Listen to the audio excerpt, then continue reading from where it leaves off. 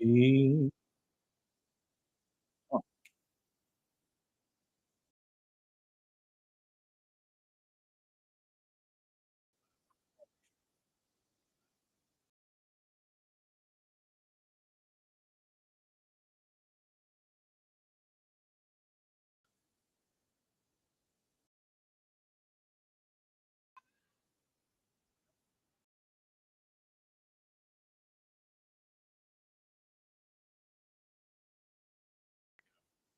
all right. Yep, we're live.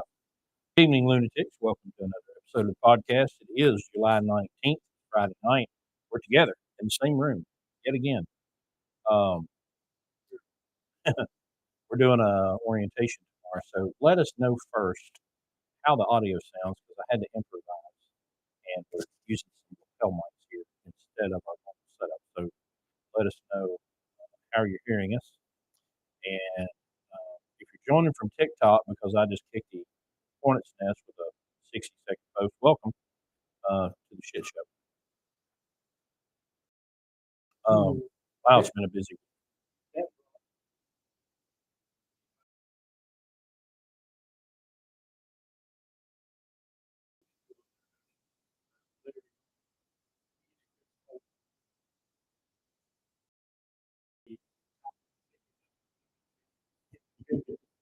Party.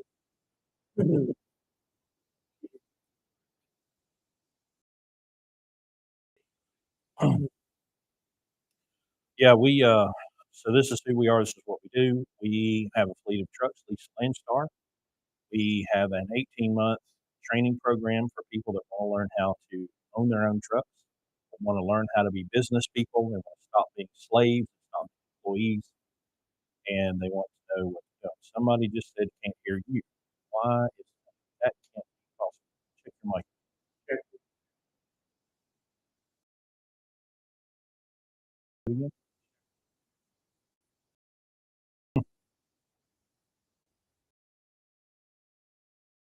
Audio's choppy.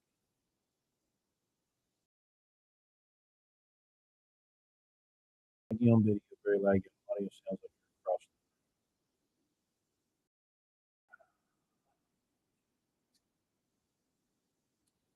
Could be, but it also could be the internet's had problems here.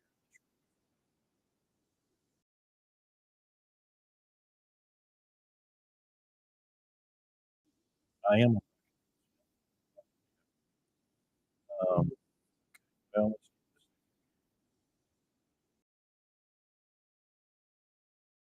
let's still on stuff we couldn't hear clear. Now, audio sucks. It's crystal.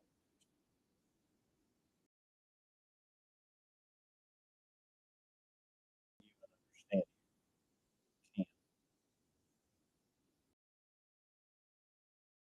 Well, just stand by here for a second.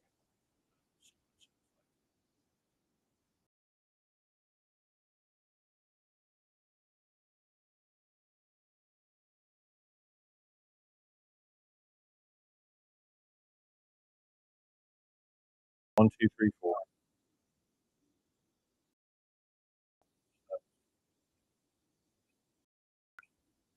Yeah, it's terrible.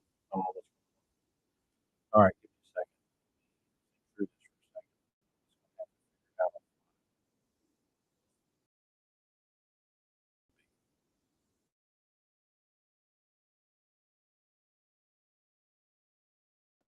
I need a setting change.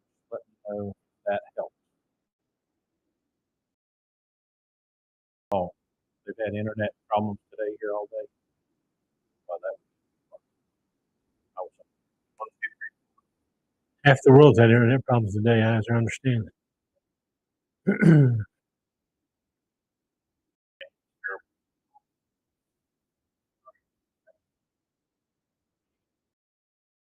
That setting is bad. Oh,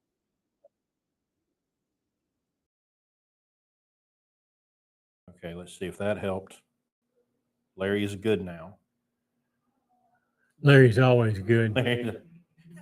Dolan says, Larry's good and I still suck. Couldn't have said it better myself, Chris Dolan. Okay. Both of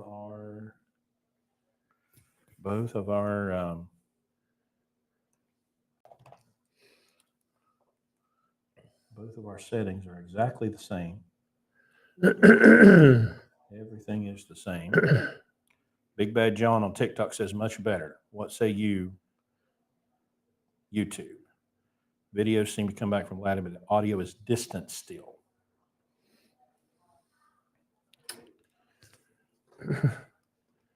We're going to get some of those plexiglass drum housings so we can keep from spilling each other.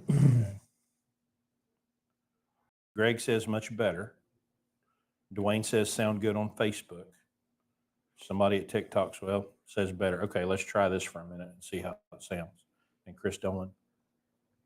Chris says it's better. It's delayed, but we can hear you both. Okay. That could be internet. And if they've been having internet issues here today, then that could be part of the problem. Yeah, we're remote tonight. We're at the Wingate, our host hotel here in Hurricane, West Virginia. So we don't have our normal equipment. We're very much winging it. And we're subject to the whims of their internet here, which one of our drivers has been here this weekend and said the internet's been sketchy all weekend anyway. So try that. We'll try to get through this. I made another change. Let's see if that helps. So Chris, I've got a little additional information on some unfinished business from last week, if you want me to. Go ahead, please. So last week's someone said that there are people on TikTok talking about spending $15K and Landstar giving them trucks to start a fleet. And I went ahead and did the very, very, very quick and easy verification on that. And so I want to clarify that because that is very inaccurate. Now, I'm not condoning or any way recommending this business model, but that's what he's chosen to do. And maybe it works for him. I hope it does, but it's, to me, very, very risky. But here's what is actually going on there, okay? First of all, Landstar doesn't have trucks, so they can't give you trucks. They don't own any trucks. So that was the first thing that made me think that this was bogus.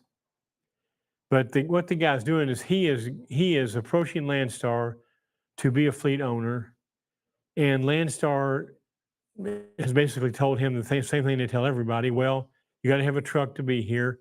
Here's our connection with Lone Mountain. Lone Mountain is their recommended financing and truck supplier. There's a relationship there, and Lone Mountain has very loose credit requirements because of the fact that they work with Landstar, and Landstar can act as their agent because if you don't pay them, Landstar is going to take it out of your pay and pay them for you. So because of that, they feel pretty confident that they're going to get paid. So they lend money to people that shouldn't be borrowing money to begin with. With that being said, this guy he's put $15,000 down to lease a truck from Lone Mountain, and he's put it on Landstar, which that's all very normal. But here's the thing that he doesn't understand. Here's his big flaw. He is allowing Landstar to supply drivers for him.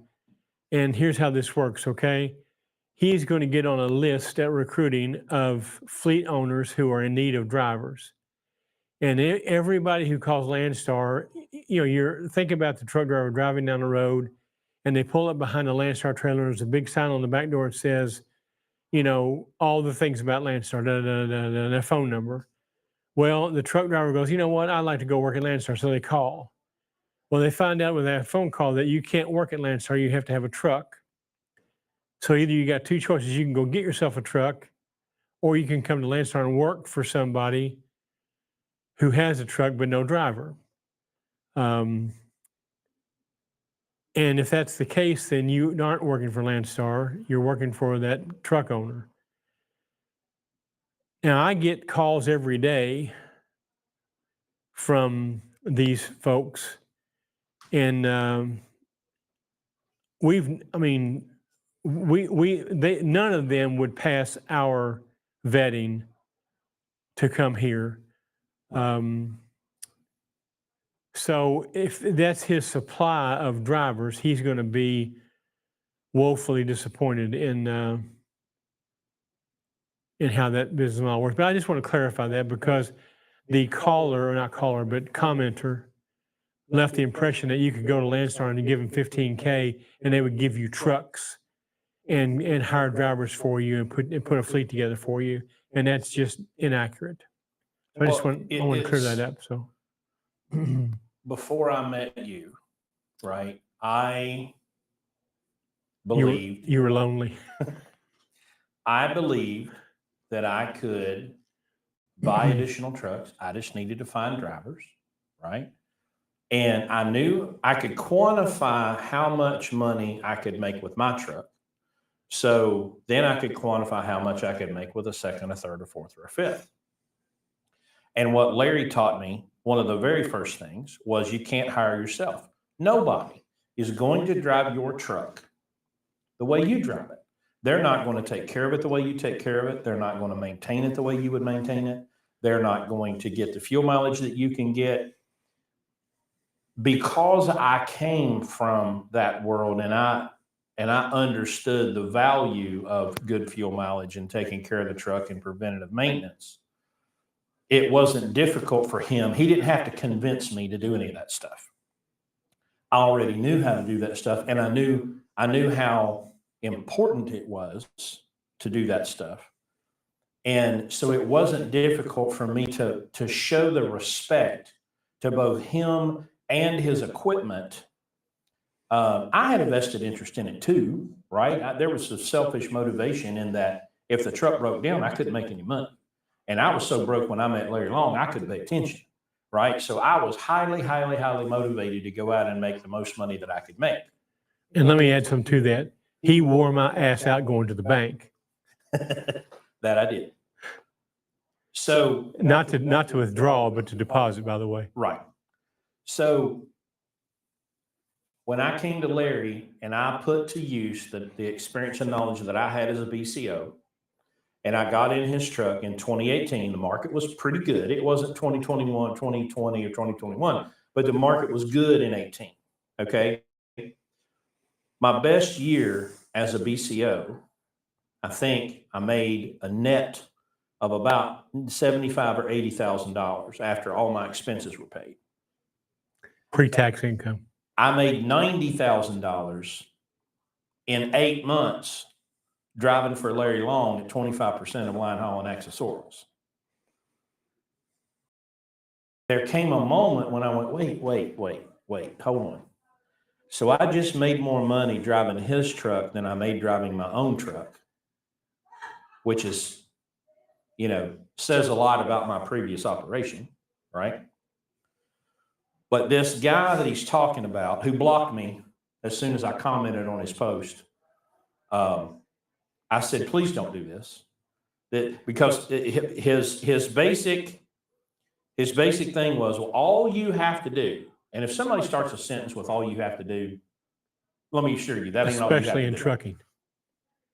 All you have to do is come up with $15,000 and you get a driver qualified for Landstar. And then Landstar will basically affirm to Lone Mountain that you have a qualified driver, a qualified truck at Landstar, and Lone Mountain will give you the money. That part's true, okay? That you can go to Lone Mountain, fill out their application, go to Landstar, fill out their application, go through the qualification process, and Lone Mountain and Landstar will talk to one another, and Landstar will go, yeah, he's qualified by us to drive this truck. And that will help Lone Mountain approve you for their truck, and you'll give them however much money down. That part of it is all true. The part of it is horseshit is that, well, Landstar will give you drivers. Landstar will give you drivers. No, they will not. They will give out your phone number to people that shouldn't have your phone number. Okay, people that if there was, I mean, imagine if there's 1,000 humans, the 1,000 people that you do not want to have your phone number now have your phone number, and they're going to ring your phone off the hook looking for a job. And then you're going to grab one and you're going to put them in their truck and they're going to make your life absolute hell. Then they're going to quit. Then you're going to find another one and they're going to quit. The third one's probably going to total your truck or set it on fire or return it filled with dog shit and God knows what other kind of bodily fluids. And you got to pay to clean that up. And then you get another one. And if they don't burn the truck to the ground, you want to burn the truck to the ground with them in it. I mean, it's the whole thing that drove me nuts about listening to this guy talk was how easy it is. Oh, you just got to do this and you just got to do that and everything will be fine. Everything will not, I repeat, not be fine. These people will make your life a living hell. The consistency that we have is we will never tell you how easy this is. We'll never tell you, oh, all you got to do is, we're going to give you a whole list of things that you have to do if you want to stay in business and if you want to be successful beyond 2 years and not be broke like most people or bankrupt or foreclosed on and repossessed. Self-employment is the hardest thing you'll ever do in your life. It's the most valuable thing that you can ever do in your life, and it can take you to heights that being a company driver never will. But it's hard. So if you have the misfortune of running into one of these charlatans that wants to tell you how easy it is to own a truck, run the other way. Because number one, they don't have a clue what they're talking about. And number two, they're going to give you all this advice and they're going to sucker you into doing something that's never going to hurt them. It's going to destroy you. It's going to destroy every facet of your life. It's going to destroy your finances, probably what's left of your marriage. That's gone too. It's hard. It's worth doing, but it's hard. This idea that you can just go lease a truck and just lease it on Landstar or whatever, and it'd be easy is absolutely 100% false. Please stop believing that lie. It's hard. What we're here for is to help you first navigate the traps, and secondly, give you the skill set that you need to be able to avoid the traps without me there. All right? There's somebody sitting at this table right now that I saved $9,000 last week. Right? Okay? $9,000 saved by being able to call me and I go, no, we're not going to do it that way. And the bill went from $10,700 to about $1,700. Okay? That's the value of my experience and his experience, that when you get into these situations, I don't have to think twice about it. I go, oh, no, we're going to do this. And then I'm going to give you the why, which leads to the how. Once you have the why, you can get to the how, and then we're going to do the thing that makes the most sense. I don't know how hot hell is, but it can't be as hot as it is in this room right now. It's pretty stuffy. Cool. But you like it to be a meat locker, though. Sounds like he's talking into a tin can. That sucks. That really sucks. I wish it wasn't like this. Let me pull it back up and listen and see what it sounds like. But it shouldn't be this way. Let me see here. Tell you how easy it is to own a truck, run the other way. Maybe what I'm going to have. Let me try. I'm going to mute Larry while I'm talking for a second. And y'all tell me if that makes a difference. If I keep him muted while I'm talking and me the other way around. So let me know if that helps. Whew, Lord have mercy, it's hot in here. Ron Culp on YouTube says, I've owned several businesses. Trucking is the only one I had immediate positive cash flow. That is 100% true, right? And that's one of the dangers.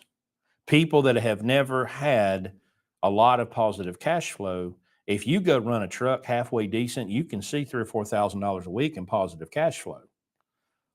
And if you raise your lifestyle up to meet that $3,000 or $4,000 of positive cash flow, you're going to end up broke really, really fast.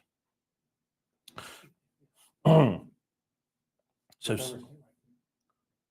it's turned down to 67 and ain't helping. So put a fan on. oh, bless your heart.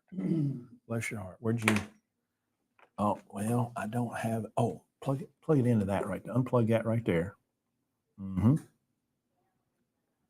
Mm-hmm. Plug it in right there. Uh-oh.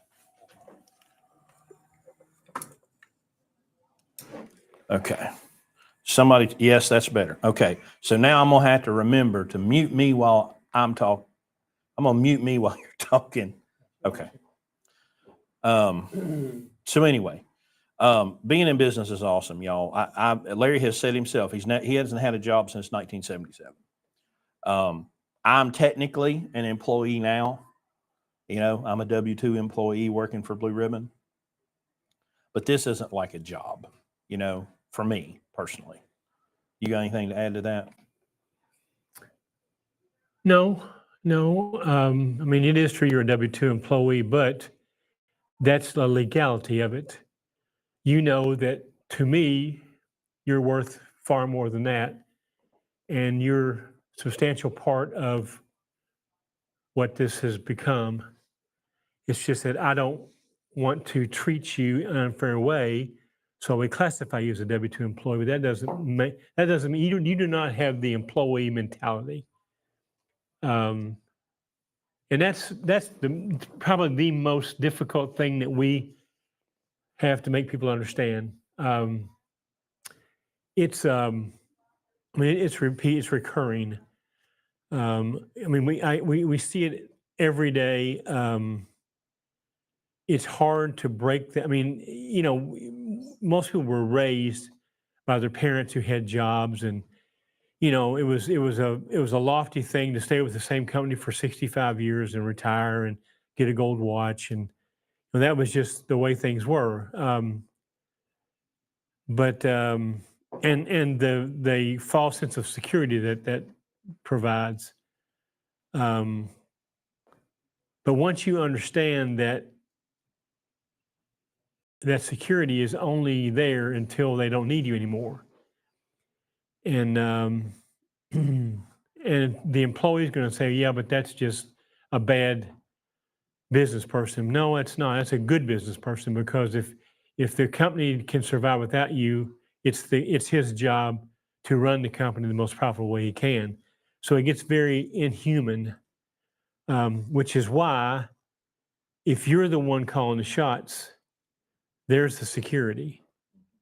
You know, and I've told this story before, but we had our son and bought a house. We were pregnant when we bought the house. So our lives changed very, very drastically in just a few weeks or months. And I remember walking in there and looking at him in his crib. And I'm thinking to myself, you know, I'm in an industry right now. I was in the car business back then, where they change management staffs like most people change underwear. Okay. You know, it's just a whim. I mean, they want to start with a clean slate. And so I'm thinking to myself, I'm now responsible for this little guy, and I'm responsible for this house, and I could lose my job tomorrow morning. And fortunately, at that point in time, I was doing photography as a hobby. And I made the decision right then. I looked at him and promised him in the bassinet that would never happen. And so I turned my hobby into my job, because I knew that I could, you know, I could rely on me. I had no control over whether, and I had a really, really good job, and I did a good job, but that doesn't really matter.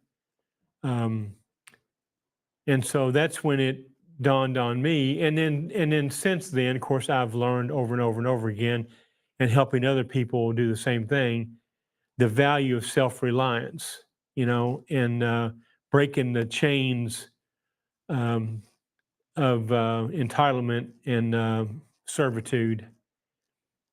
This is a very appropriate topic this week because of all the political stuff going on, but in this industry, there's a lot of Trumpsters in the trucking industry. And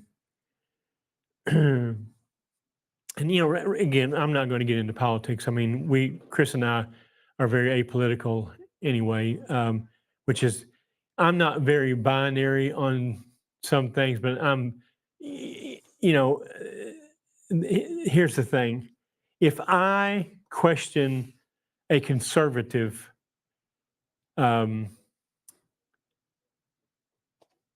whatever policy, ideology, or whatever, my liberal friend or my conservative friend think, what the hell was that? Oh. Thought maybe that's Trump.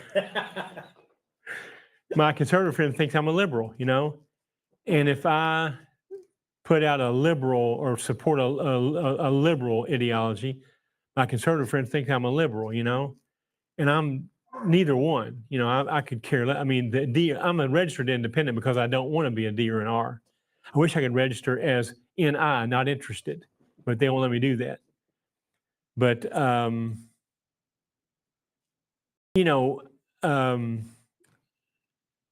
mean, I see it every day on Facebook and in trucker groups. That when Trump gets back in office, everything's going to be fine. That may or may not be the case. I don't know, but you can't count on that. Again, becoming self-reliant to where it doesn't matter who sits in the White House as whether or not you're successful is what you should be working towards. Not having to I can only make it if there's a Republican in the White House or a Democrat or whomever. By the way, a little side note here, they're trying to support Kamala now as a replacement so her top choice for running mate is Governor Andy Beshear from Kentucky. And I say that to say this, during the pandemic, Governor Beshear he had a 5 o'clock news conference every day to get in there and reassure everybody that Kentucky wasn't going to die, everybody's going to be okay. Well, it kind of became a joke, but soccer moms and housewives all across the state would go get their lipstick and makeup on and sit there and watch his 5 o'clock, And then on top of that, if you supported that ideology, you put a green light bulb in your outdoor porch so that you can then mark yourself as being in the cult. That was the white ear patch of that day. Okay. There was lots of those in those days. Yeah. But you can just drive down the street and see, people's politics by what color their porch light was. A bunch of people's never read a history book. Yeah. Well, it was when my business failed, Trump was president. So was it Donald Trump's fault that my business failed? No, it was mine. There's a scientific, principle correlation versus causation. Just because two lines are running in the same direction doesn't mean they're related. We've talked about before how, unfortunately, there are people who have the ability to make decisions that can move the economy, will make different decisions when there's a Republican in the White House. They will, okay?